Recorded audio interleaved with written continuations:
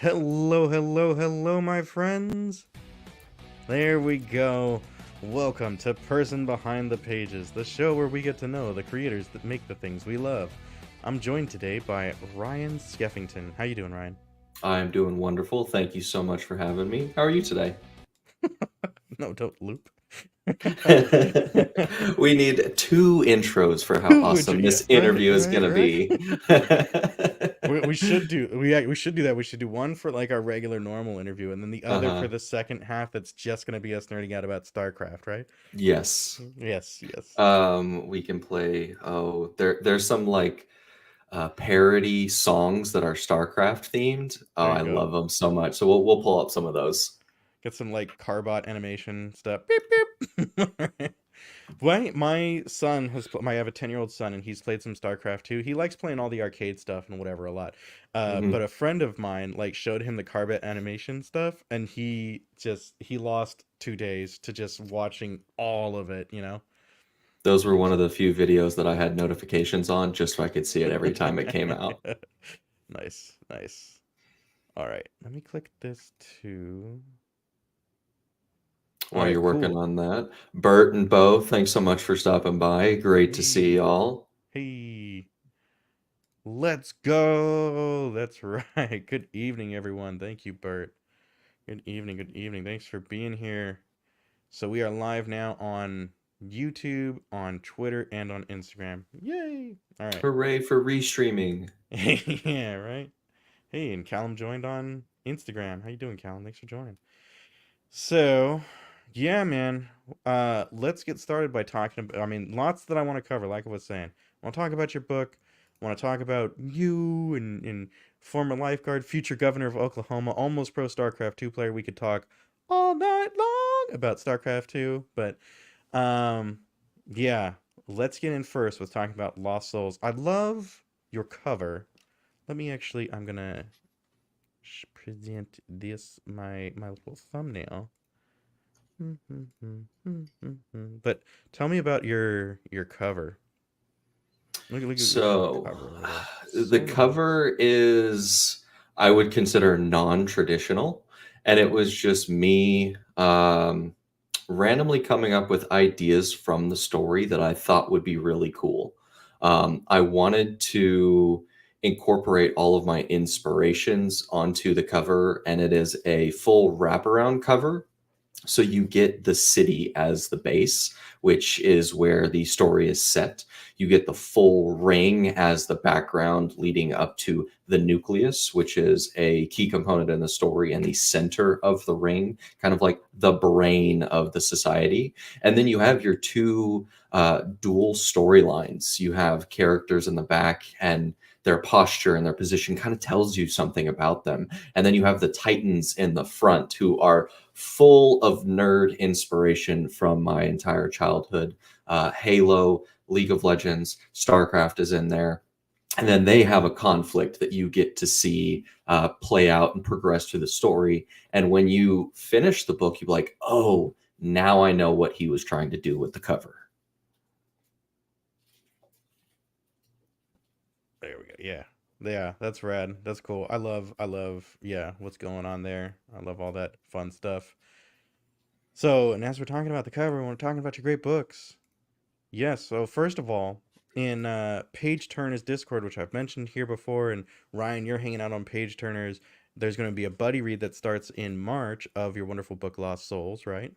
Yes, as I told Aaron from Bibliotheory, I claimed the entire month of March. If you're reading my book, you're not allowed to read anyone else's. You have to come into the Page Turners Discord, participate, chat, cry, celebrate, cheer, have an existential crisis at the end of the book because I left you on a note that makes you want to start book two immediately. And this is a beautiful, wonderful segue for the celebratory kickoff for the buddy read. I am running a giveaway in the Page Turners Discord right now that launched 5 minutes ago and will run until February 25th at 5 p.m. for two signed copies of Lost Souls. So that is two unique winners. You don't get both copies for you and a friend. Two unique winners. Um, United States recipients will get the Okay. signed copies. However, if you are international, I can get you a copy. It just won't be signed because last time I tried to send a book to Canada, it cost me $37. It's pricey. It's pricey. A No, little that's bit pricey, but I found a little loophole which might be beneficial for authors. If your book is on KDP and you're on the mhm. different markets, you can go to Amazon.ca for Canada in this case, make an account or log in with your account and order a single author copy for $4.99. Send it to the recipient's address instead of your own, and you can get an international author copy for sub $10. Wow, that's actually super cool. You just got to game the system. That's way better than 37, right? Absolutely. Yeah. And they said it wasn't even a guarantee that it was going to get there because if customs didn't approve how much you paid for postage, they could just send it back. Yeah. Wow. I was So, fortunate it got there. right. So you're giving away 2 signed copies. Love it.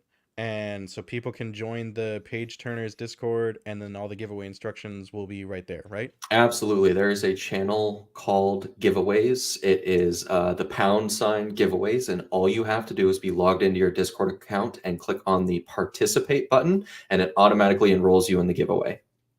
Beautiful. That's super Quite cool, the man. easy giveaway mechanism that Bo has set up in the Page Turners Discord. Love it. All right. Well, so while we're here, like tell me a little bit about Lost Souls. What's kind of the we got futuristic gladiatorial combat, you got standing against oppressors, right? What was some of the inspiration? What are some of the, if it's a book for people that like I would say it's a book for people who want to follow a storyline where the main character is unsatisfied with their station in life.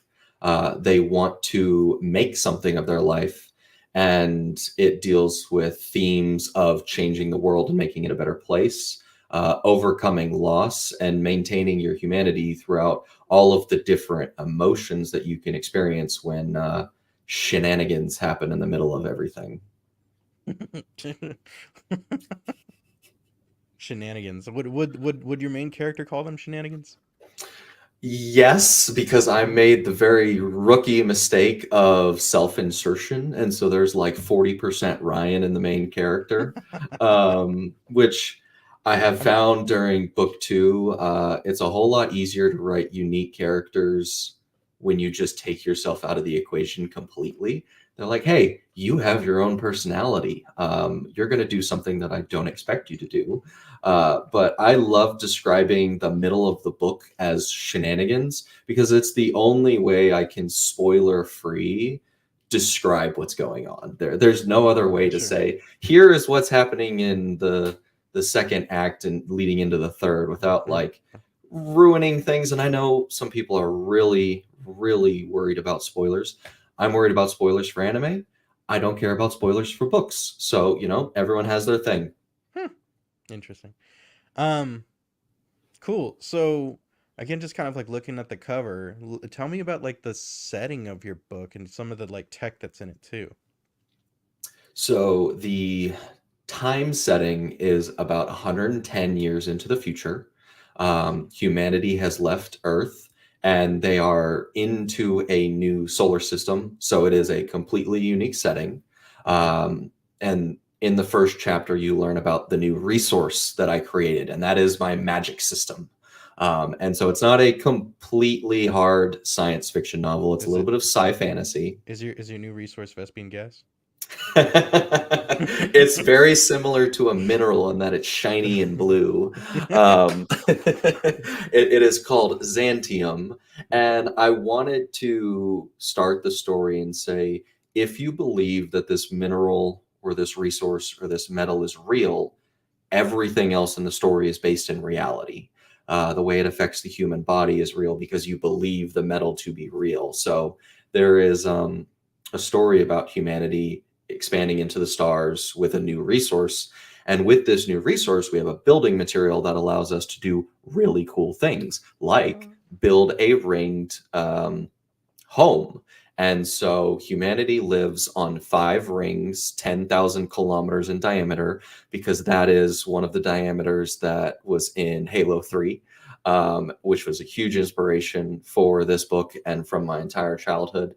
Um, and then Uh-huh. there's because you're in space, you have lower gravity. You can build skyscrapers much easier, and you can go much higher. You can do things that you wouldn't be able to on Earth.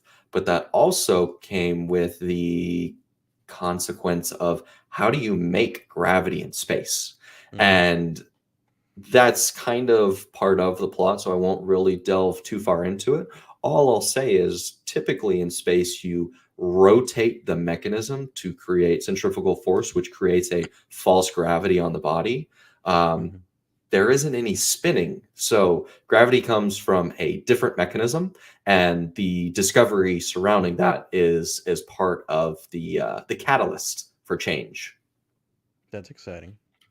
Uh, what are they? In their like armor there. I see. Is that a hammer or is that like a cannon that he's got? It is a hammer. It is the gravity hammer from Halo 3, or my closest comparison to it. It S- operates just a little bit differently, and there's some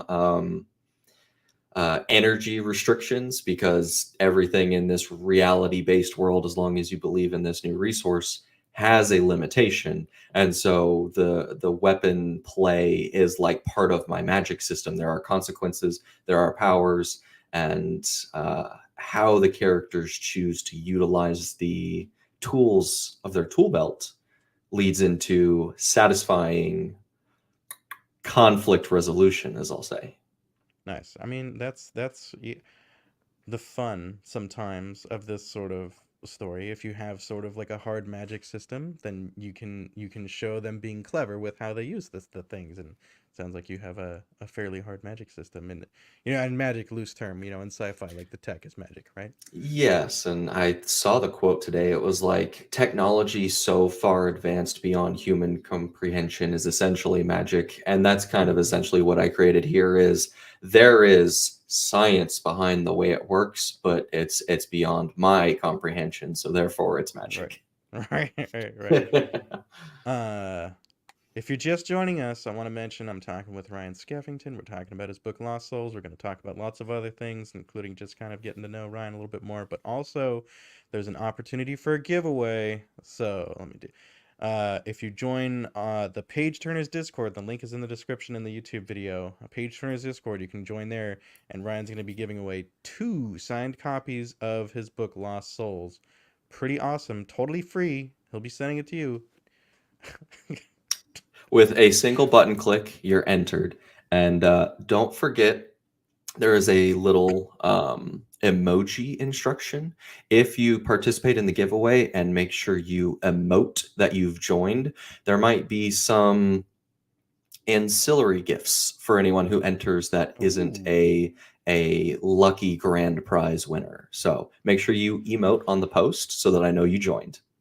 I love it. I don't know why, but as I was hey Rob, hey, thanks for coming Howdy, by. Rob. As I was saying, totally free, it just came to my mind that could totally do a pitch for your giveaway in the style of Donald Trump. It's a huge giveaway, absolutely delightful. 2 books, not one, two, personally signed, sent to you. Easy to do, one click of a button, tremendous. It's the best book. I've read it. Everyone's read it. You've heard it from all around. The best people. They're saying it 5 stars on Goodreads. Well done. Well done. My impression game isn't great, but that's just too fun. Yes, yeah, yeah, I love it. Jumped right into that. I like it. Of course he probably doesn't read, but that's okay. All right. So, but Uh, yeah, sounds super fun. I'm excited to get. I will definitely be reading Lost Souls during the buddy read in March. We're doing a buddy read on Page Turner, so you can get that signed copy before the buddy read. That'll be pretty fun. It definitely seems like right up my alley. I mean, clearly there's action adventure going on. There's some high stakes, I imagine, which is always a good thing for me. Um, is there? I think we got a male and a female here in the power armor, right? hmm Their little We love have action there going on. we have a male and female in the power armor, and then we Mm-hmm. have a separate couple behind them, male and female, having their own conflict. Mm-hmm. So we shall see how these We four shall see. characters develop throughout the story. And just as a fair warning to anyone who participates in the read or would like to read Lost Souls, one of my very first reviews says Lost Souls is a book that doesn't hold your hand. And when I Mm-hmm. was writing it, I kept listening to YouTube videos to try and just get some advice and learn how to write a book and whatnot. And they said, trust your reader. Your reader is smart. You don't have to spoon feed the reader everything. And then that led me to going on the opposite side and saying, if you can't follow the 5-step plan, you're going to miss out. So, every word hopefully matters. It's a lot of book in 100,000 words.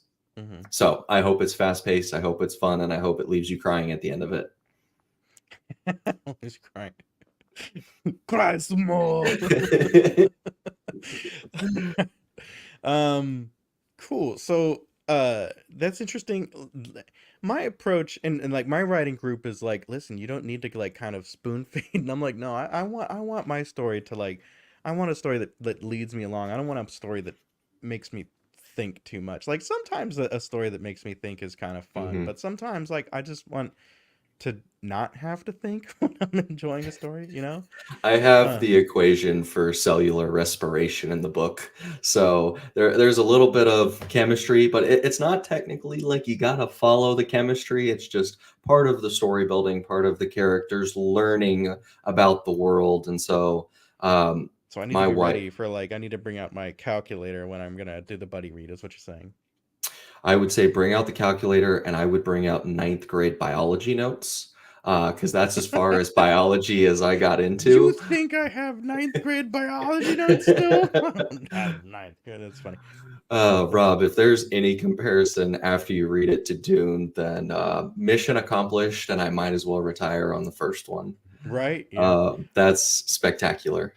I've had some, I've got a work in progress. I've had some very early readers compare it to like Mandalorian or Guardians of the Galaxy, and I'm like, yeah, Sick. like right. I'm hitting the Uh-huh. notes I want. Um, So super cool. Let's talk a little bit about process for a little bit, writing process. So you said that you were looking at like YouTube videos and kind of getting some advice, which I'm curious about, who out there that you like and you listen to and that sort of thing. So I was not a reader nor a writer when I decided to undertake writing this book.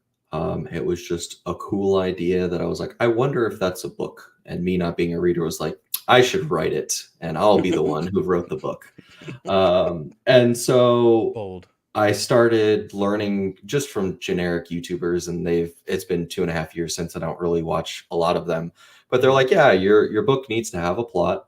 It needs to have characters. It needs to Pro have a tip. setting. And I'm like, pro tip, this is the best. It's Yeah, like yeah. set the foundation out of sand and then we'll build from there. Um, and so I started outlining and I started taking notes. And after 55 pages in a Google Doc, I was ready to start drafting. So some people say Some serious outlining. planner Yeah. or pantser. Yeah, I yeah. don't think I could pants a book, but I do pants my scenes after I've outlined them. Sure. So in my mind, I know what I want to happen. And then when I kind of have that general skeletal framework, the words are all pantsed and whatnot. And so I started writing, and it was horrible. I wrote in first person and third person, present tense and past tense. I had a 10,000 word omniscient prologue before I introduced any characters. Um, and then I got to the sixth or seventh chapter, which is about halfway through. And then I discovered Lord and Savior Brando Sando, the creative writing lectures that he has from his BYU lessons. He has one from like 2009 where he is still a fairly new teacher and it's a tiny room and he wasn't as famous. And then he has a lecture hall in like 2015 or 16 where there's like 300 kids in there. And I watched the first one or two times. Then I watched the second one. I've probably gone through it 5 times. And it is the foundational knowledge of writing that I have. Yeah. And so what happened was the first half of the book. Are we okay with using French language on the stream? You can so YouTube doesn't like you saying the F word within the Okay. first 30 seconds, but Okay. We're 20 minutes in. we're well past. So like if you Okay. want to pepper a little bit in, that is no problem. Okay, so I just want to use this opportunity to let everyone know if you want to write, you can, because what I wrote for the first 6 chapters was dog shit. Um, and then the second half, because I had a teacher and I had a lesson and I knew the pyramid of abstraction is the one thing that I always go to when he talks about is I wrote a slightly better book, which was part two. And then I kept learning and I kept practicing and I kept getting better. And then I went and rewrote the first half. And so I stair stepped the quality of the first half and the second half of the book until they kind of got about equal. And then I found out about beta readers. And holy cannoli, there is nothing so humbling as someone telling you how bad you are at writing. I played baseball for 20 years. My heart hurts more sharing a piece of written word than taking a baseball to the face. So, I think there's more of yourself in that written word than there is on the diamond. You know what I yeah. mean? Yeah. hmm It's extremely personal, especially Yeah. when you self insert. Mistake number one, get out of there. Don't do that. Oh man, that's so funny. And then like people were they saying like, "Oh, this character is unbelievable," or his one-liners aren't any good, or whatever. And you're like, "No, I thought Yes. it was." It's So fun. I got my first beta reader and he read it and then I rewrote it and I rewrote it and I just the grace of winning a giveaway essentially I stumbled upon a redditor who had just graduated editor school, whatever their program was, editor school, and they wanted to do 2 free developmental edits and Yes. I was one of them. So All right. holy cannoli, I get a free developmental editor for a pseudo professional, someone going into the trade. Mm-hmm. They wrote me 15 pages of the most direct feedback I've ever been given in my life. Mm-hmm. They were Mm-hmm. German, so there was no humor. And two points from that edit stick out to me, and the one is they didn't like my joke. I made a joke like in full seriousness, like haha, that is funny, and she was Mm-hmm. like, isn't this character supposed to be smart? He's an idiot. His jokes aren't funny. And I was like, This okay. And character. so I changed the text to he made the joke. Maximus giggled at his shitty joke, and just kind of like recognizing, hey, bad There you jokes are go. bad jokes. Right. Right. So you work Like with but it, you take writing feedback. jokes in a book is hard It's so because hard. like you have so much fewer tools than you do when you're delivering a joke in person. You don't have, I mean, forget the fact that you don't have facial expression, but in any of those things, but you don't even have like enunciation or timing. It's like it is so much harder, I think. Yeah. And so the second piece, going back to your point of the written word is extremely personal. Mm-hmm. Um, I wrote this book on a whim, but the Mm-hmm. real reason I wrote it was 3 years ago, my dad passed away, and I didn't know how to process that. I I didn't have a lot of friends. They were all in Texas, and I'm in Oklahoma. And I am really good at internalizing because it just makes life easier to get through.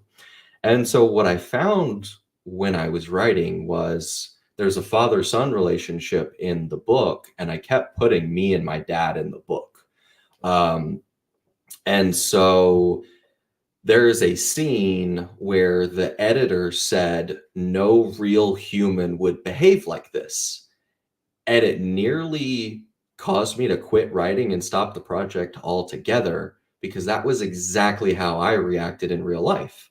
And I stepped away for a week, maybe 2 weeks, and said, this is a person who thinks I'm telling a fictional story halfway across the world doing a professional's job. Remove yourself from the words that they spoke to you, understand understand the context, Mm-hmm. and Mm-hmm. address it from there. And a lot of writers and critique partners or editors or anyone who reads your work, if they're worth an ounce of anything, they'll say, This is my perspective. Yeah. Disregard it if it doesn't apply to you. Right. Right. And no one had ever told me that before. So this was the first time I had to put my foot down and say, this is No. going in the book, Right. whether you like it or not, whether Right. anyone in the world likes it or not, Right. because it's for That piece is me. for you. Exact. Yeah. Yeah, that Yeah. that whole chapter is for me. Everything else in the book is for everyone else. Yeah. Oh, oh man, Ryan, we're gonna go down a Fields train because yeah, boy, 3 years ago for you. Yeah, just over 3. I think it's 5 years for me. I think. Did your dad die suddenly was it? So my dad's passing was probably the biggest silver lining of my life. Um, a year prior in 2019, he had a heart attack, and it was a clogged artery in the heart that they nicknamed the Widowmaker because it Mm, is in men's heart the one that if you have a heart attack because of clog, in this one, you just die. mm-hmm. And he had a 98% blockage in this artery. And had he been 15 minutes later to the hospital, they said he wouldn't have made it. And so they treated him, they took him to surgery, they cleared the blockage, they got him on blood thinners, and we got another year. And my young man naivety thought I was going to get a whole lot more. I didn't understand the reality of really what happened because I was 3 hours away. And every time I saw him, he was Superman. And so he never let anyone know he wasn't doing great. Um, and so that happened in 2019. Early 2020, COVID happened. And so the world shut down. And me and my brother were both getting married in 2020. So we're like, oh no, is the world shutting down? Can we do the thing? My brother was supposed to get married in California. California went on the strictest lockdown, I believe, of the country. And so they had to reschedule and they got married in Texas in May. And then my wife and I got married in July, kind of as the first spike was declining. So everyone thought, okay, the world is getting better. It's okay if we go and gather. It was an outdoor wedding. We had our social distancing, and it was the greatest day ever. Um, Someone in the Page Turners Discord talked about a question of the day. If you could relive a moment from a third person perspective, what moment would it be? And I said, I'd take my wedding day 10 times out of 10 because it, honest to God, is the best day of my life. Um, and that was in July of 2020. And he passed on his 50th birthday on the beach in Mexico wearing a Kenny Chesney straw cowboy hat and blue navy swim trunks on the beach. And that was his heaven on earth. He did not exist with a shirt on after he clocked out. He was outside drinking a beer, cleaning his grill, cutting his grass, wearing his hat with a Walkman hooked up on his side pocket like it was like holstered, just with his old earmuffs in. Um, and so my dad got to see both of his sons get married, start lives with their wives, empty nest, and be surrounded by the people that he loved on his birthday. And so I am eternally grateful we got that year because it didn't have to turn out that way, and it did. So Yeah. it's Yeah. it's extremely tough, but I'm thankful for that year. Whew. Yeah, I hear you. I mean, yeah, and it sounds. I guess like he had another heart attack while he was on the beach in Mexico. Yep. They My dad had always said like his sister, who he kind of looked at like a second mother, his older sister like just wasted away with cancer, and she was like 70 pounds when she died. Just miserable. And my dad was always like, "Nah, I want to just kind of, if I could choose it, I just want to go out, like, you know." And so yeah, my dad yeah. too, a heart attack, and just like I had breakfast with him on, I think, a Friday, and I had just moved like kind of not not like pretty much down the road. I had moved hours away, and Hmm. but yeah, I had gotten up there and had breakfast with him on a Friday, and then Sunday like heart attack, and he's just done. So Yeah, there. I think that's one of the reasons why I like stuck it through to the end of the book is mm-hmm, because mm-hmm, um, someone else in the Discord has better words than I do, so I'm just going to keep stealing words. Is writing allows us to address the world when we don't know how to do it.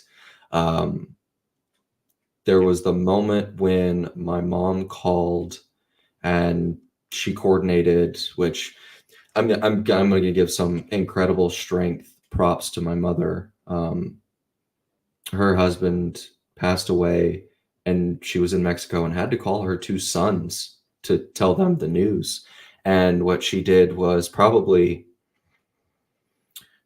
one of the single greatest things that's helped me as a young man is she made sure my wife was there, and she made sure my brother's wife was there, and she said, hey, if you're at work, please go home, take the day off, go be with your husband. She didn't tell him. She got us on the phone, and when she delivered the news, I hung up. I could not yeah, address the situation. I didn't know how. um, but my wife was there. She followed me around the house. She followed me outside. She followed me inside. She was there the whole time. And so, writing a story where the character doesn't have that, what kind of journey do you go on when you are at rock bottom all by yourself? So, right, that's just me saying, hey, this is how bad it could have gone.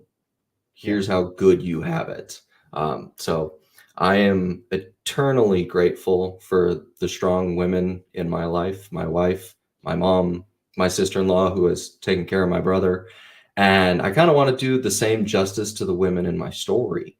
Um, George Martin, when asked, how do you write such realistic women? How do you keep from fridging them or doing all the tropes? He was like, I like to treat them like they're people. And just the simplicity of that makes it all the easier. yeah, I know great men, I know horrible men. I know mm-hmm, great women, I know horrible women.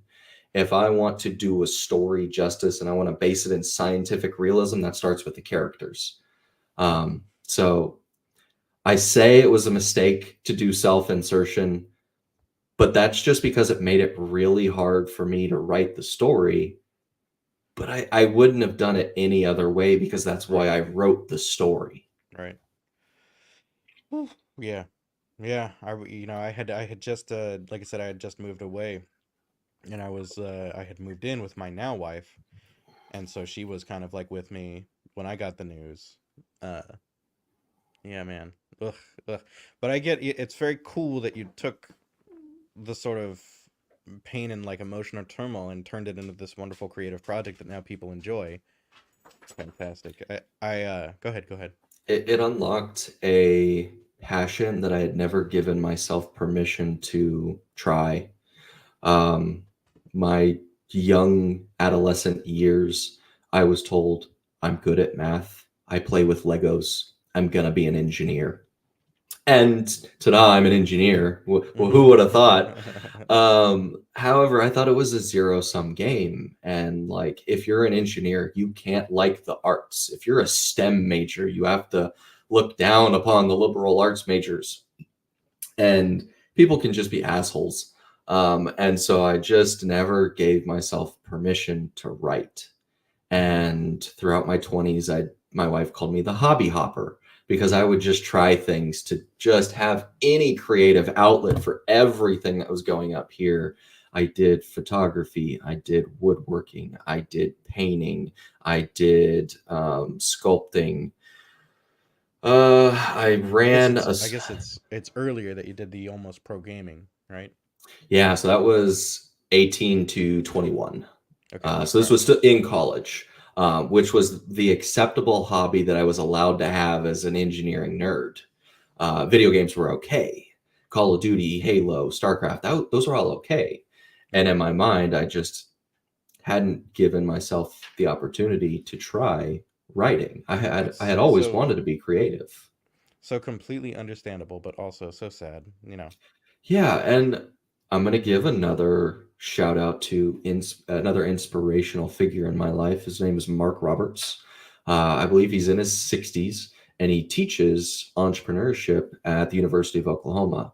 When I was getting my MBA, I started out on the oil and gas track. You select all of your electives and you do oil and gas if you want this little certificate at the end. And I had just recently been laid off, and I said, I'm going to be the most employable oil and gas engineer in the state of Oklahoma and never get laid off ever again. I was 23, so I had a spark of enthusiasm about the workplace at the time. hmm And then halfway through, I was like, this sucks. I don't want to do this. We're doing geology accounting. And I'm like, I don't want to measure molecules of natural gas coming out of the ground and how many decatherms that equals to. And so I switched to entrepreneurship track because being an entrepreneur and inventing things is another form of creative outlet. The world has a problem and you're creating a solution or creating value that the marketplace desires. And the intro to the startup, or whatever the class was called, was taught by Mark Roberts.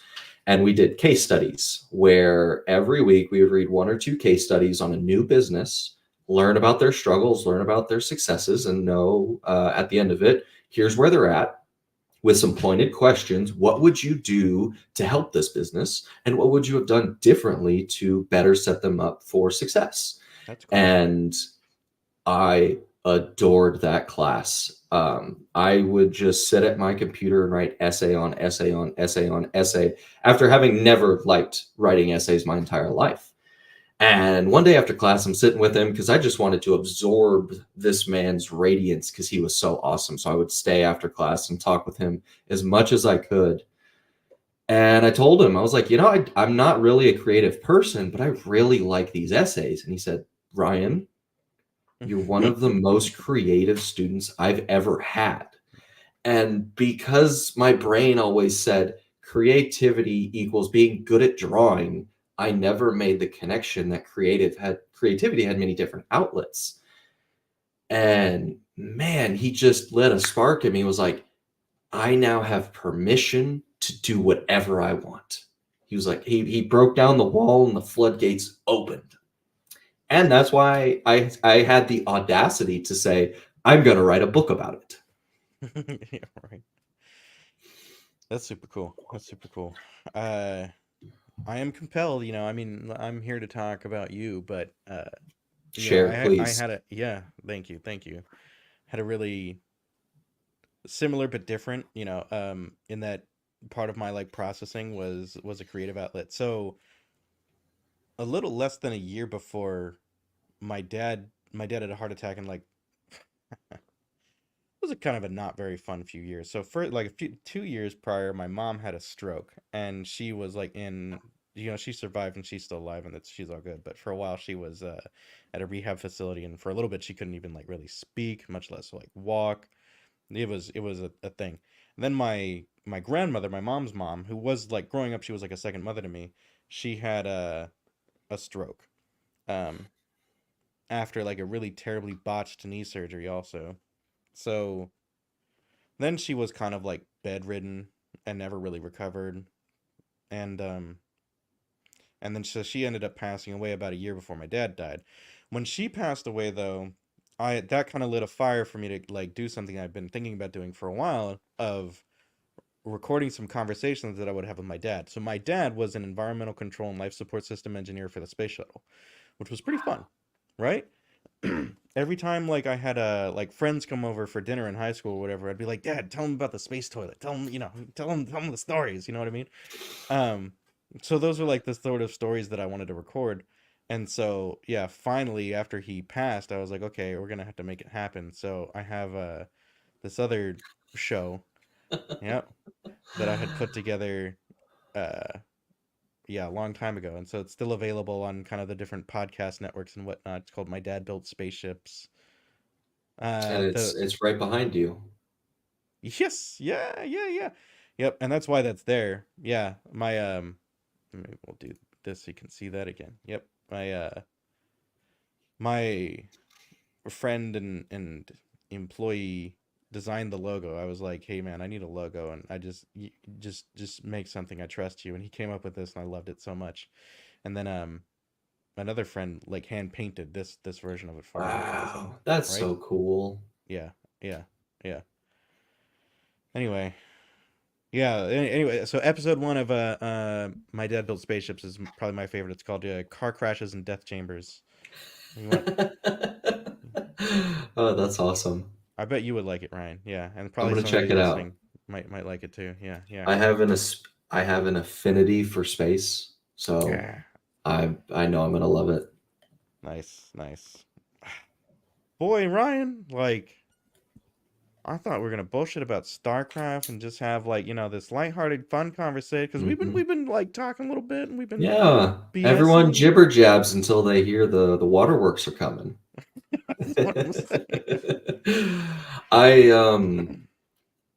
I try through authentic honesty to allow people to be vulnerable Yeah, because it took a long time for me to realize that processing your emotions is not keeping them suppressed so that you can continue with your day. Processing your emotions is sitting with them, talking with them, feeling them, sharing them, teaching people about the sources of your emotions so that so not that you can conquer them, but so that you can understand why you're feeling them and understand the importance of why you're having them. right. Um, for a really long time, I was angry with myself that my dad was gone and I didn't do enough. I didn't call enough. I didn't go home enough. I didn't do enough. So I was just angry at myself. Yeah, And then a few years later, I was like, I'm having such strong emotions because of how amazing he was. yeah, I don't need to make this about myself.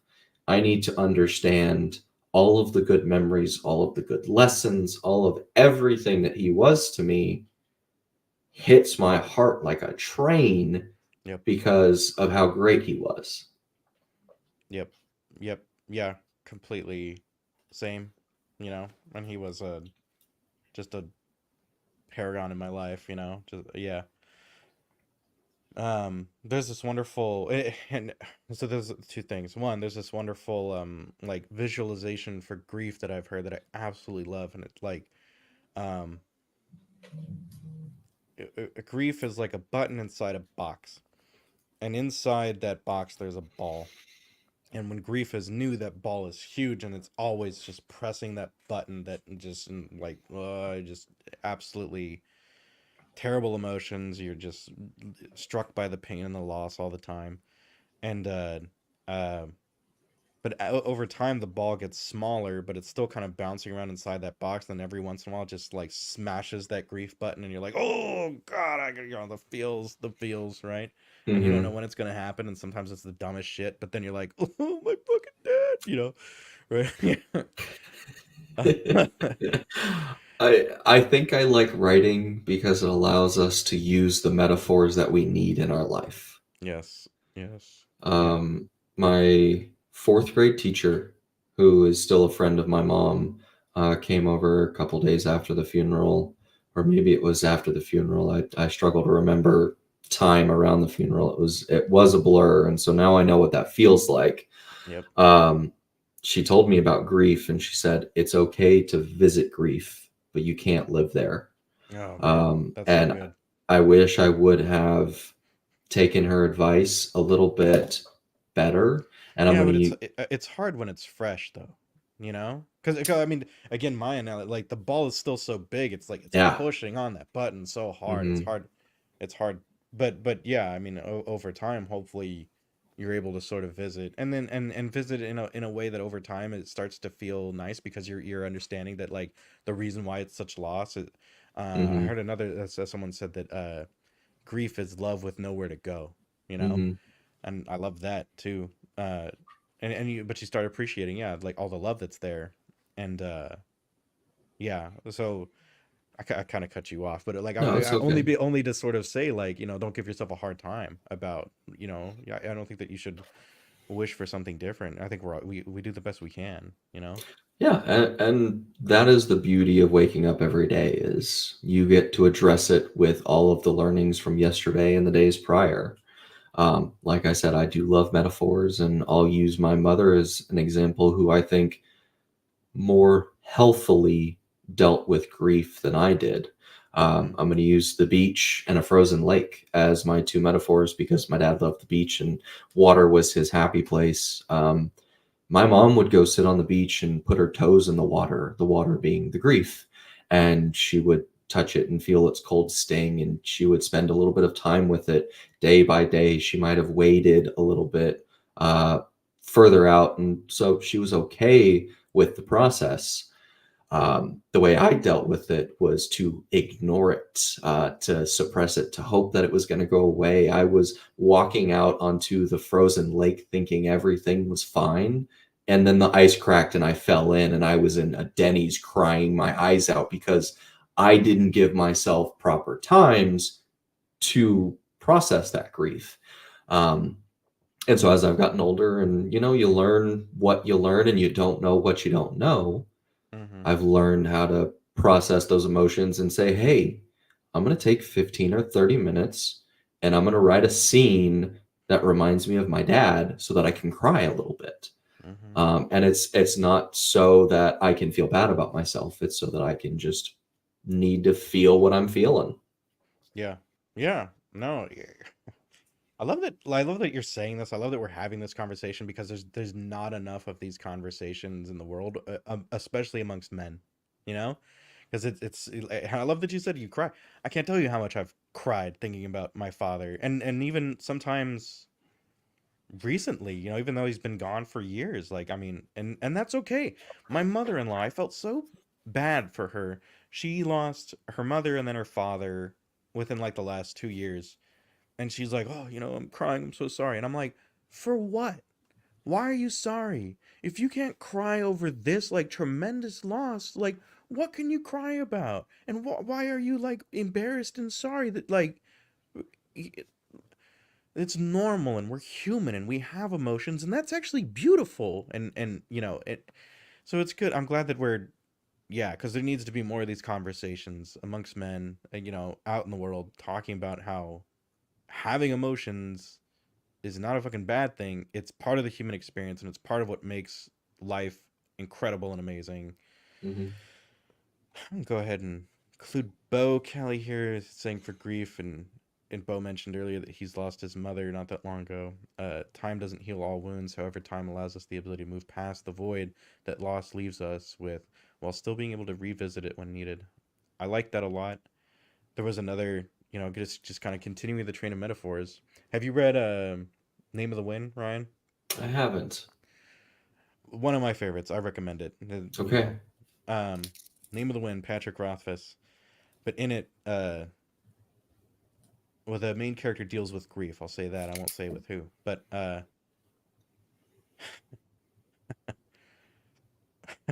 Love you, that's Bert.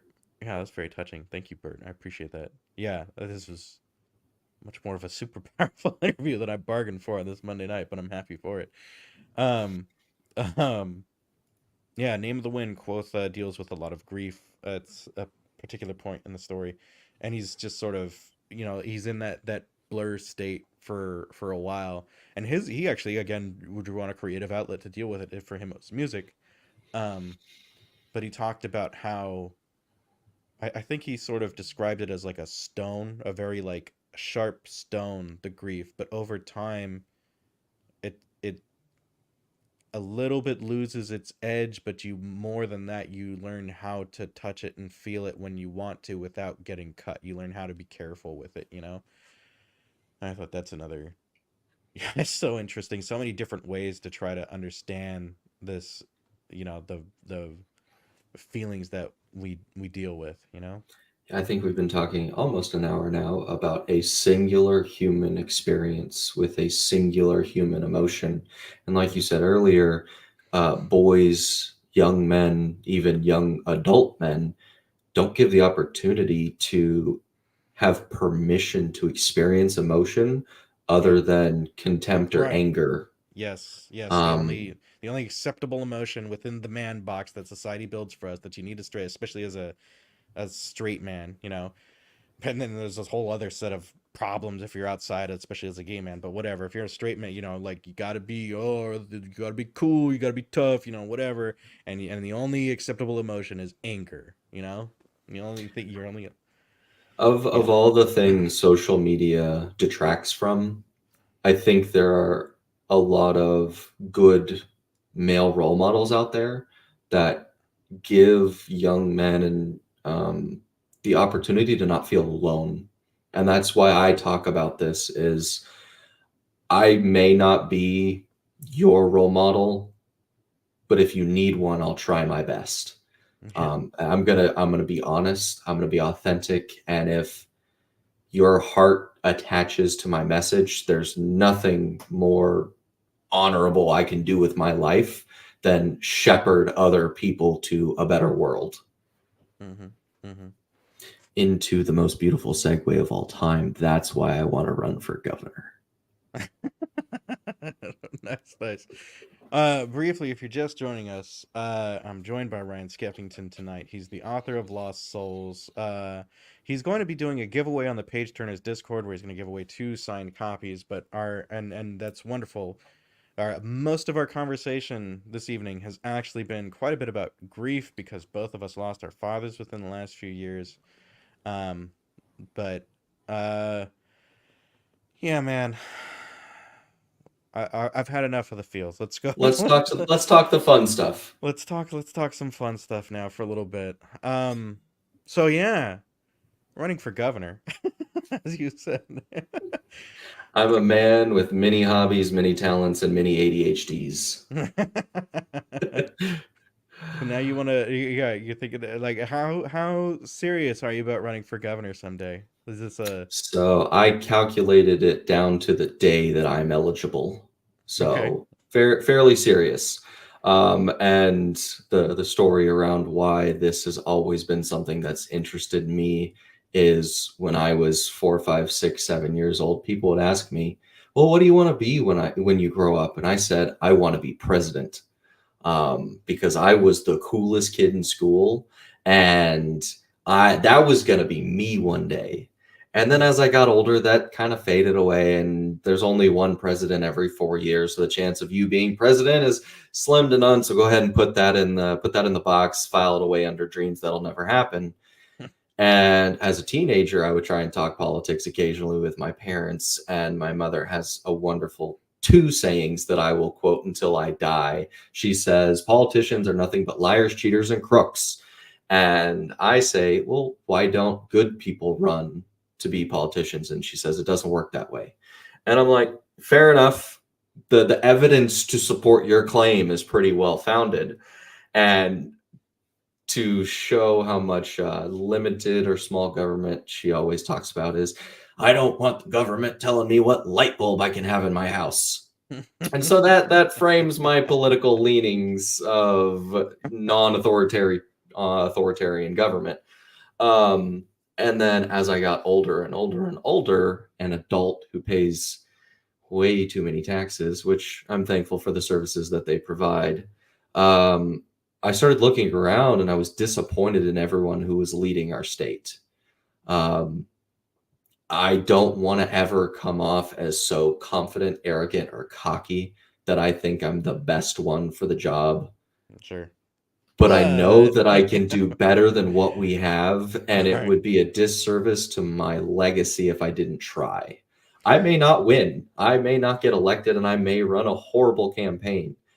But if I try and lose, I'll be able to sleep at night and say, I gave it my best shot. I hear you. You know, I appreciate that, and like that's how a democracy's supposed to work. There's so many seats so often where the incumbent runs unopposed, and that's not healthy for a democracy. You know, more people do need to go get engaged. So I applaud it. I think that's good. Um, I think uh, politics gets treated like a bad word, And I'm trying to bring back civil discourse into the discussion, going back to the perils of social media. We have lost civil discourse because it's a one-way conversation, and he who screams the loudest onto their side gets the most views, ratings, likes, clicks, retweets. And Yep. so it doesn't allow for those not participating to engage in the civil responsibility of governance. Yeah. Yeah. Yeah. We have to be able to disagree without being disagreeable. There's Mm-hmm. so many stories of how politicians in the past like would be adamantly opposed, and then they'd go out and have a scotch, and people would be like, "How could you do that with someone?" It's like, well, because they need to have some basis of common ground to be able to build upon and do something, even if they have. I think, yeah, some of that needs to kind of come back. We can't just look at like the two different sides as uh uh forever enemies, you know. The United States only works if we're all on the same team. Yeah. Yeah, it's the United States, right? Yeah. Yeah, I'm with you. All right. Well, So so in Texas, where I grew up, we learned Texas history, and Texas history is treated as one level step above U.S. history because Texas pride is it's big. unparalleled. Yes, it is. I unironically, as a child, said Texas when people asked me what country I was from, and so um, Miss Rizzy was my seventh grade Texas history teacher. Her name's in the book as the teacher. Um, just a shout out to her. And she asked us, what is the one word that Lincoln put in the Pledge of Allegiance? And we all said every single word and every single phrase in the Pledge of Allegiance. And she was like, you're all wrong. None of you said it. And it's indivisible. We will be united forever post the Civil War. That's what it was fought over. Obviously, the causes of the Civil War is what it is, and I'll say that out loud just because most people won't. Slavery. Um, we would not allow you to separate the United States, and we will remain a united nation forever. Um, Hmm. and her influence on me spans the last 20 years. I sat in the very back corner of her room and I was getting straight 98s, 99s, and 100s on all my tests because I didn't have any friends in the back of the classroom. I was in the corner, I was by myself. And she thought after the fact that if I moved up to the front where all the troublemakers were, I would influence them and tell them, hey, quiet down, let's focus on our studies. And lo and behold, I just became a troublemaker because all my friends were up there. And she was like, I thought you were going to be an influence on them to be a good student. Well, I maintained my 98s, 99s, and 100s, so I was a good student. I was just talkative.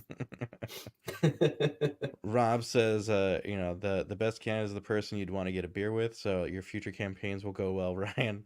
As Also, long Joe oh, Exotic was an Oklahoma governor candidate, he thinks, and I think that might be right. And so, they let anyone be a candidate, so I hope I'm better than him.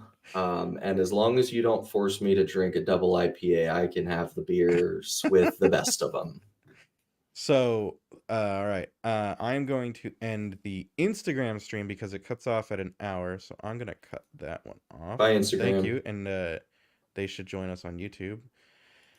But no, no, no, no, no. Yeah. So, but we'll go and keep going on YouTube and Twitter. So that's yeah. I am in complete agreement. I've like flirted with the idea of running in politics for very similar reasons. Because yeah, you gotta like politics is only like crooks and criminals. Okay, well, like as long as good people don't run, then that's going to continue to be the case. So This is words spoken by a much more powerful man than I, and it's the only thing hate needs to survive is silence from those who oppose it. And I'm probably paraphrasing a little bit because I didn't get it exactly right. But yeah, if you're not going to be willing to participate, to mhm. actively make your state, your country, your world a place you want to be in, then you can't complain when shitheads take it over. Right, right, agreed, agreed. Okay, so let's talk about your resume that you're going to be bringing to being governor. So you were a lifeguard. Did you save a life? I saved many lives and lost two contacts. So Two I used to contacts? so I used to wear contacts and Oh, okay. not people contacts. I was like, Uh, what? Are we going to the dark again? Are we going? no. Okay. No, those are just funny stories because when you are blind as a bat and you lose your contacts going in to save someone, you remember when you have to drive home and get new contacts and come back to work That's funny. because you can't see anymore. Yeah, I'd love to save you, but I can't now. So That's the funny. one thing that I'm very happy about Oklahoma is it doesn't have Texas summers. And when I was a lifeguard in 2012, I think it was, we had 31 straight days over 100 Oh degrees. yeah. I think we peaked at 112. I think I've heard that. And me being 18 or 19 at the time, athlete, I was a bronzed god. I looked like Hercules because I was outside 12 to 14 hours a day for 3 straight months. Skin cancer just is somewhere dormant in my Yeah, body it's from that coming. Right, summer. right. So now my wife says sunscreen on your face every time you leave the house. And I'm not as good about it, but she keeps me honest. What sports did you play? Obviously, you must have been a swimmer. I was not. We had a pool, but our high school didn't really have swimming. And so if you wanted to be a swimmer, you had to go to a bus. They'd bus you to somewhere that had swimming and bring you But you back. must have been you might I mean you had to have been a strong swimmer at any rate to be a Oh, yeah, yeah, lifeguard. yeah. Okay. I crushed it with swimming. Okay. But I was a baseball player. So Okay. as a young lad, my parents put me in everything to see what stuck. I was in soccer, I was in baseball, I was in football, I was in basketball, I was in track. Track is the worst because it's nothing but running. Hmm. Soccer is the second worst because it's nothing but running. Basketball is And the and third occasionally kicking a worst. ball. Yeah, Right. occasionally, and I wasn't Right. good, so I never kicked the ball, so it's just running. Yeah, right, right. Basketball, I couldn't dribble, so it's just running. Um, Seeing a trend here. Football, I was the quarterback, and it was great because I didn't have to run a lot. But going into high school, I was 5'4" and like Mm, 125 pounds. And the school I not a went great to, size for football. no, Especially in Tech, and you were in Texas in the time, which is like the football state. we had 4,500 kids in our high school. Uh-huh. I know most Oklahoma towns don't even have that many people in their town. Uh-huh. Miles Garrett, you might have heard of him, played in our district. So that's who would have been tackling me had I played quarterback. Yeah. Um, You however, made the right move. Yeah, exactly. right. However, from freshman year to sophomore year, I grew 6 inches and I was 6 foot 170 in my sophomore year Okay. because I was an early start to school. Had they held me back, I would have been 6 foot 170 as a freshman, and I might have stuck with football. Okay. However, I stuck with baseball, played that for 4 years. Had the opportunity to play college. I could have played like JUCO, NAIA D2. I threw 85 to 88 off the mound, played third, hit decent, but I got accepted to Texas A&M, and I was going to be a petroleum engineer. And so they were like, "Yeah, you're not going to make the team, but we understand why you're going to school." I was like, I'm not going to make it to the MLB. I if anything, I had foresight as an 18-year-old. I was like, I'm not going to make it to the pros. Hmm. So that ended my professional sports career, which Hmm. transitioned into my professional gaming career, which my dad loved. There's dripping amounts of sarcasm in that for anyone who Right. didn't catch. I think yeah, the guy that his whole, shtick was shirt off and grilling and whatever. Probably wasn't into the sitting at the computer for like 8 hours a day training, grinding, trying to get up that ladder. He's the guy who said he walked uphill to school both ways barefoot through the snow after he did his paper route at 4 a.m. And oh, by the way, he won state champion as a wrestler in Minnesota twice. So Nice. video games were not a thing that he Yeah. really got into. Like, I think we got him to play Gears of War. He played through the campaign just because I I think he mean, liked the brutality. yeah. Sick game. He Yes, was big yes. into MMA, so like the alignment there was good. Hmm. But when I was like, Dad, I got to play. I could go pro in this. He was like, that GPA drops any further, and I'm pulling you out of school. And I was like, okay, video games are done. And I got my Hmm. degree, and now I play casually, so it's fun. So first of all, Gears I think is a highly underrated game. Because like I used to play Gears like on a Christmas day with my brother. We'd just Hmm. fire up Gears and play that co-op. So satisfying. But we are finally at the good stuff, right? I know you've been waiting for this for like weeks. StarCraft. Oh baby. Um, so uh, you play pro. Well, I mean, if you're a StarCraft fan, as I definitely am, you know that there's three races. There's Terran, which we don't like. There's Zerg, which you're cool with, I'm sure, and there's Protoss, which is the one that you'd play with, and they all have Mhm. like a little bit different play styles and whatnot, but it's very well balanced. Like there, I mean, some people be like, "Oh, this is imbalanced." It's very They well do a damn balanced. good job. Yeah, yeah. Even though it's asymmetric, they're not copies of each other. There are differences between each of these three races, but very well balanced. So you played Protoss.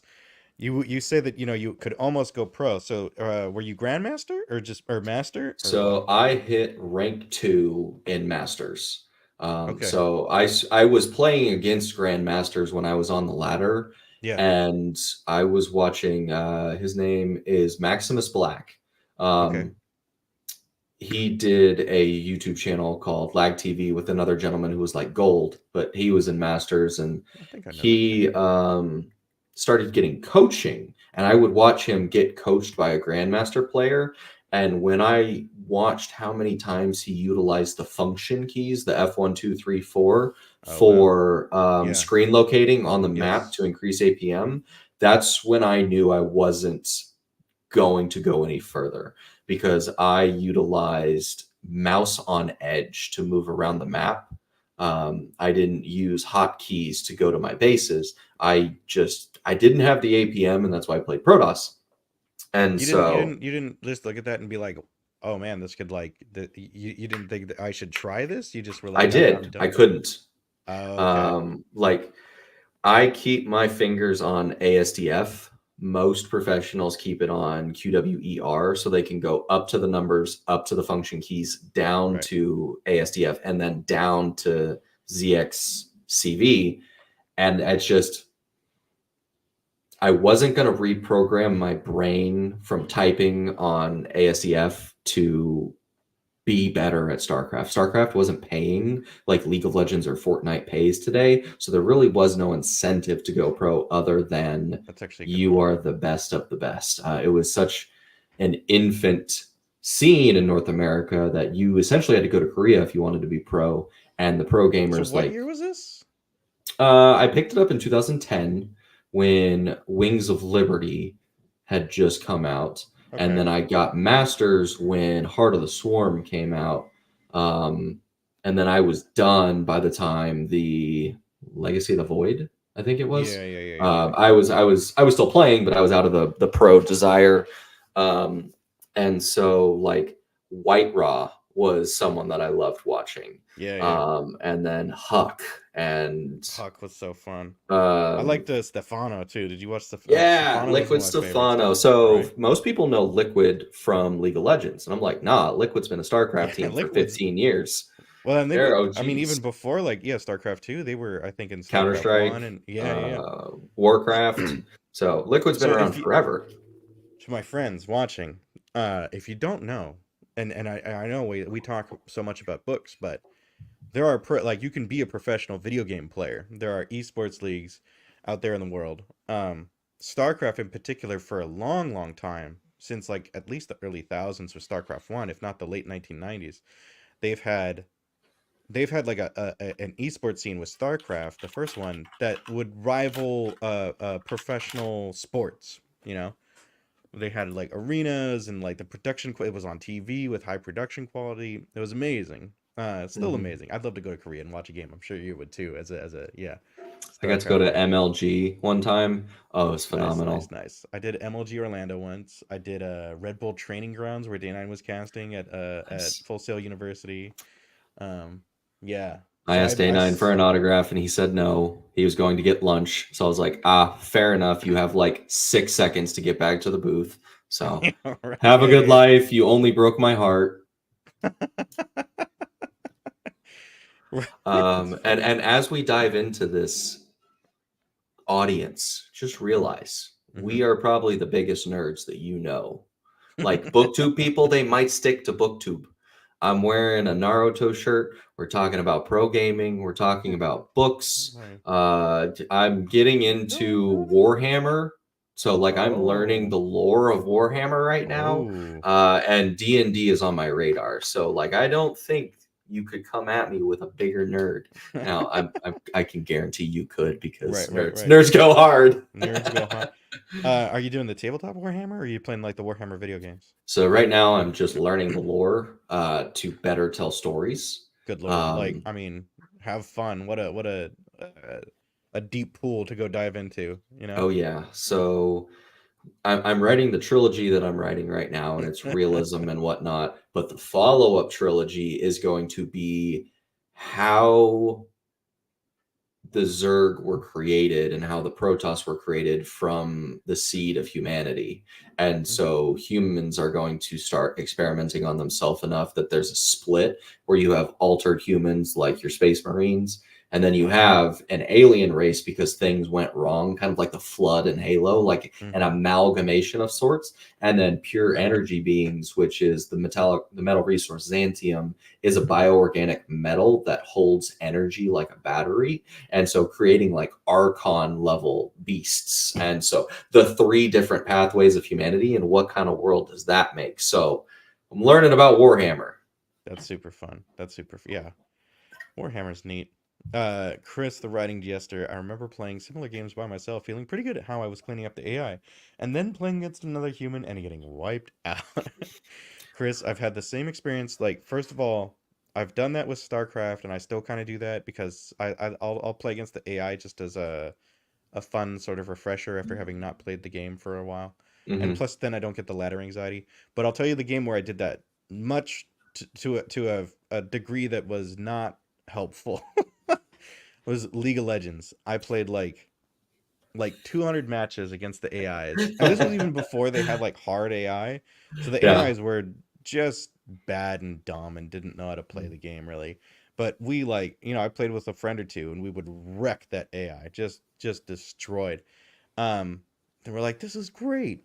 But then we went and we played with people and we again didn't really understand like how the game is played at even like a remotely like high level, but more yeah, and we got destroyed. And I was like, what are we doing wrong? Like, Fun fact, League of Legends is the reason why I play StarCraft. yeah. I got my first laptop and I wanted to play games with my friends, and they were talking about this word. They were saying, "You're a feeder. You were No. feeding." And I kept asking them, like, "What does that mean? What are y'all playing? Please let me in." And it was five guys, so they had a full team. If they told me about League, turns out they never did, so I didn't learn about League until 2 years later. Had they told me about it, I would have caused disarray in their friend group. That's so And so I funny. picked up StarCraft because the other guys were playing StarCraft and they were gold, and one of them had hit diamond. And I was like, I'm going to get as good as those guys. So I bought StarCraft instead of League.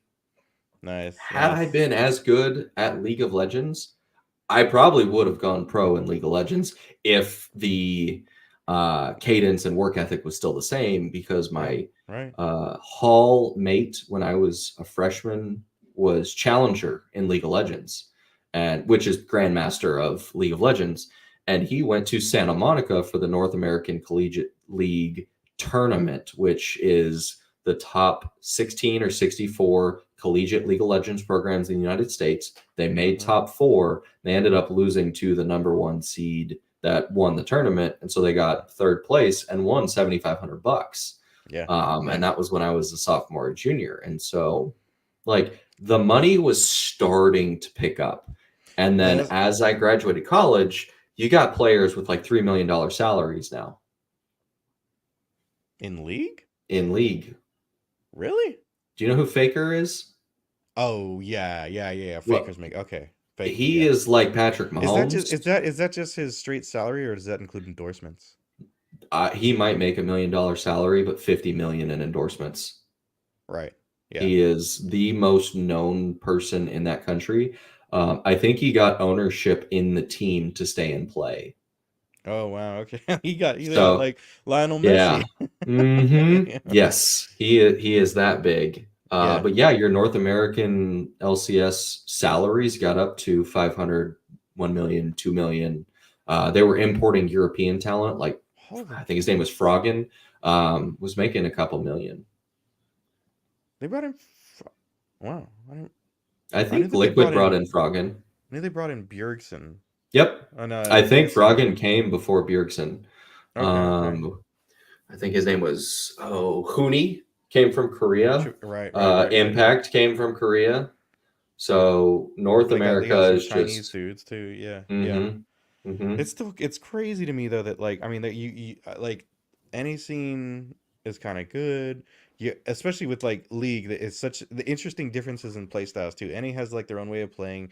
Europe is like subtly different, but then like the level of gameplay of Korea and then also China. There's almost parity between Korea and China, but the two of them are just a step above Europe and NA. At least like last I was watching. It's been a couple Yeah. seasons since I've really watched, but And someone gave me the analogy to really anchor in that I was done playing StarCraft forever. They said the time and skill gap that it took you to go from a brand new player to masters is the same amount of effort and time it's going to take for you to get to masters to grandmasters. And yeah. I said, it's just not worth it.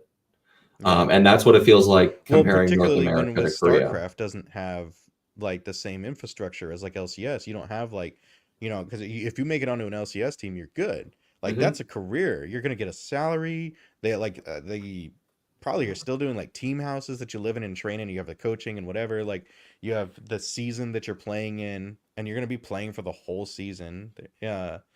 But that sort of infrastructure doesn't exist with StarCraft. What you're really playing for are the prize purses.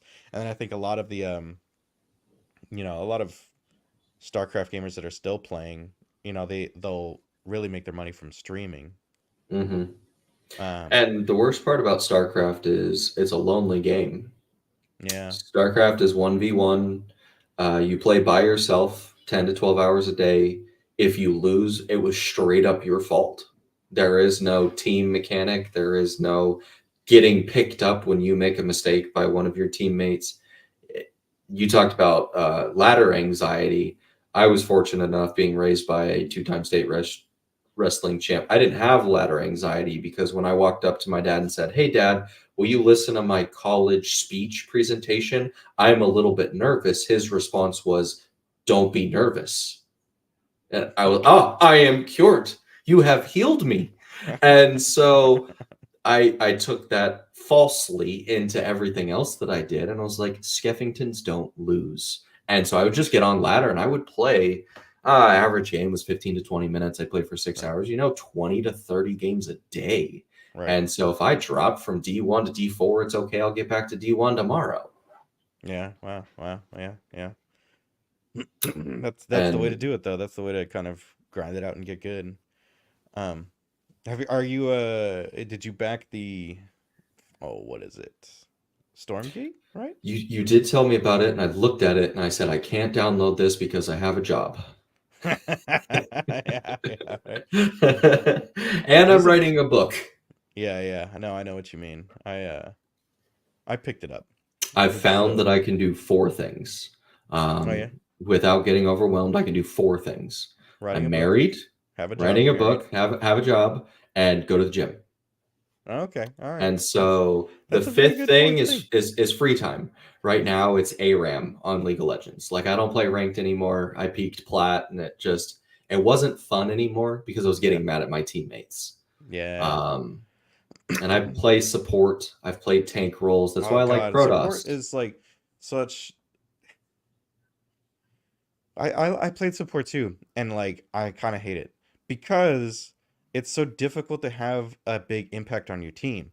So then like you'll end. I was just sucking in bronze and like being like no like rotate do that and like I Yeah. can't you can't carry as a support. I mean hard to anyway, but And I played supports like Leona, Nautilus, and Thresh. And so when I was making plays, I Yeah. was reliant on On someone someone to follow else up. Yes, to yes, follow yes. up. And that's why I loved playing for the University of Oklahoma's team when I was getting my MBA. I went and played on like their B team, which was Hmm. like gold, plat, and I think we had a guy hit diamond one time. And they just called me Chad because I would throw a Nautilus hook into like the most perilous, Yeah, deathly yeah, yeah. situations that they were like, only a madman would engage in this situation. So the 80 carry would step up a little bit. I'd be like facing the other way, hook, ew. Tell me you've seen the clip of Afro Moo going, "Yo, support is so easy," right? And he's playing Leona. You've seen this? Hmm. Oh man, I love it. I love Afro and double lift. Like, Rush Hour bot lane was just some of the Yes, most fun League of Legends ever. totally agree. Um, My favorite though, like I guess maybe a little before that. I like the like OG Cloud9 with High and Meteos, and mhm. that was Sneaky. yep. I was They a Fnatic fan during that time. fair. Um, so the Expeke backdoor with Kassadin was just probably Yeah, my highlight of the century. right. I could meme about League of Legends and StarCraft probably till midnight tonight. It's the Yeah. Well, we're best. not gonna do that. No. Only because I need sleep at some point. That's the Yeah. only reason we're not. Because I would love And to do you're some. Eastern time zone, so you lose an hour, which Yes, is tough. yes, Um, yes. but one thing I found for StarCraft is it's hard to stream StarCraft because you have to legit focus everything on the game if you're trying to win. And so Mm, you can't interact with chat. mm-hmm. With the games that I succeeded streaming in, Fortnite and Warzone and Battle Royales, there's downtime, there's dead time. And so you can Yeah, chat, you can interact, you can build yourself a little base, you can hide in a wall, and it makes it for a much better streaming experience. And so you can be playing, and as you're running from the zone, check over, check your chat, respond, thanks some for donations. And it made it a whole lot more fun when you got to interact with the chat yeah. because gaming is lonely if you don't have any friends. That makes so much sense. That makes so much. So Ryan, Nicholas. at some point, I don't know if it's even gonna be this year, but at some point, I want to do like a big video game tournament. Probably include StarCraft, but maybe some other games as too. Bo, if you're still here, maybe we'll do Valorant. Maybe we'll get a League of Legends. But a big like tournament with a bunch of authors. It's just a fun tournament and like stream it all and make it a big like charity fundraiser event. So you're gonna have to come and join me for that. Okay? I'm in. I'll play with the helmet on. With the oh my gosh, I see it back there. Are you not entertained? So I don't know. I think it was. I talked with Matt from Beard of Darkness. There is a powder coating on the steel, so it won't like rust or weather, so it'll last a really long time. Oh, But instead of the cheap leather little thing that your head rests on, I yeah. went and bought a softball helmet and cut the foam out and put it in the helmet so I can wear it. Smart, smart, Uh-huh. smart. So I wore it when I streamed because my persona was Maximus. Ah, So like one of my redemptions was say the speech. Maximus, Maximus. Yeah. Right, that's I amazing. think when someone followed, it played that sound. I have so many audio clips on Streamlabs just for like when someone donated, it was Maximus, Maximus. And when Maximus. someone subs like, are you not entertained? That's Is this amazing. not why you are here? I love that movie so So we'll much. get So Maximus back into to our charity stream. I was talking with a NG Alexander author the other day, mhm. and he's the intern on the goddamn GameCube podcast, and I mentioned it to him after off stream, and he Nice. was like, "I'm down, I'm down." So we're gonna have to make this happen sometime for sure. This will be fun. And you mentioned Valorant. I Hmm. probably put 3,500 hours into CSGO and I Okay. peaked like gold 4. Like, what the hell is that game? That. Yeah. See, Like, I you're. mean, I Oh. played Counter Strike, but not like I played OG Counter Strike like Hmm. in like Like, Source? 1999, 2000. Yeah, Counter yeah, Strike 1.6? yeah. So, and it's been a long time, and I can only imagine like I would just get completely wrecked with that now for sure. Yeah, shooters were never my thing. Yeah. But I have fun playing, but like I'm not. Yeah, I'm not good enough to be competitive. Played Yeah, CS since the very start. I bought a mouse that is probably the heaviest mouse on the market. It's a G502 and it's got 13 buttons, which was phenomenal for Fortnite. When you're building and you can have 7 Oh, buttons on sure. your Oh, mouse, okay. you're like, Yep. this is the greatest thing ever. But when you need to move your mouse that weighs a pound 1 millimeter to the left, you're just Right. like, well, I guess I just die. Did you use that while you played Counter Strike? Or Hmm. sorry, not Counter Strike. Sorry, StarCraft. StarCraft. No. So when I played StarCraft, I was on my very first laptop with a $20 mechanical keyboard and a wireless mouse that you would use for a laptop when you were That's like, what you got to Masters with? I got to Diamond in that. Okay. I got to Diamond with 200 ping. Wow. That's also why I played Protoss, Proto. is because I could start warping in units and Yeah. account for the lag and send them to a rally point and do all the things that I needed into my base. And Yeah. so it would happen a quarter second after I made all of my actions, and I could play the game. And then Wow. I went to college and they had 30 ping. And I was like, it's too fast. What's going on? He's too It's fast. instant. Yeah. The first time I warped in 4 stalkers on a 4 gate, and just it was the buttery, smooth graphic of like, your units are now ready. And I'm like, the promised This land is is here. magic. Yeah. I'm gonna make just the shittiest joke of all time, but I felt like a Dominican kid playing baseball with like a piece of cardboard as a glove, and then I made it to the United States, and they gave me a real leather glove, and I was like, I'm gonna be the best player in the world. It's so funny. Yeah. Shout out my baseball history. Yep. Yep. Yep. Oh man. All right, Ryan. I think I'm about to wrap this up. This has been super Fantastic. fun. I really enjoyed both the fun stuff and the, really important and less fun stuff. Thank you for having this conversation with me, Ryan. I appreciate it. It was a blast. And I will circle around just for 2 minutes Please, to talk please. about books and inspiration and whatnot. And it kind of comes from everywhere. So the helmet right there, being from Gladiator, was a huge inspiration. And someone told me, or I read it somewhere, it was like, good artists steal from 2 or 3 sources, great artists steal from 10. And Yeah. so I use that as my coy answer to like, oh, what was the inspiration for the book? I was like, well, the plot line came from, okay, hold on. That way, there we go. That That music one. album.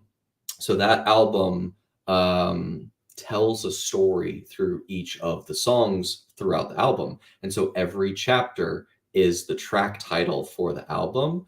And the main character, Maximus, in the book follows the plot line of the album.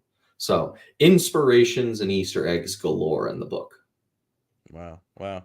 Super cool. I'm glad you mentioned the book. There's one last time I want to mention you're doing a giveaway. Super cool. So cool. 2 copies.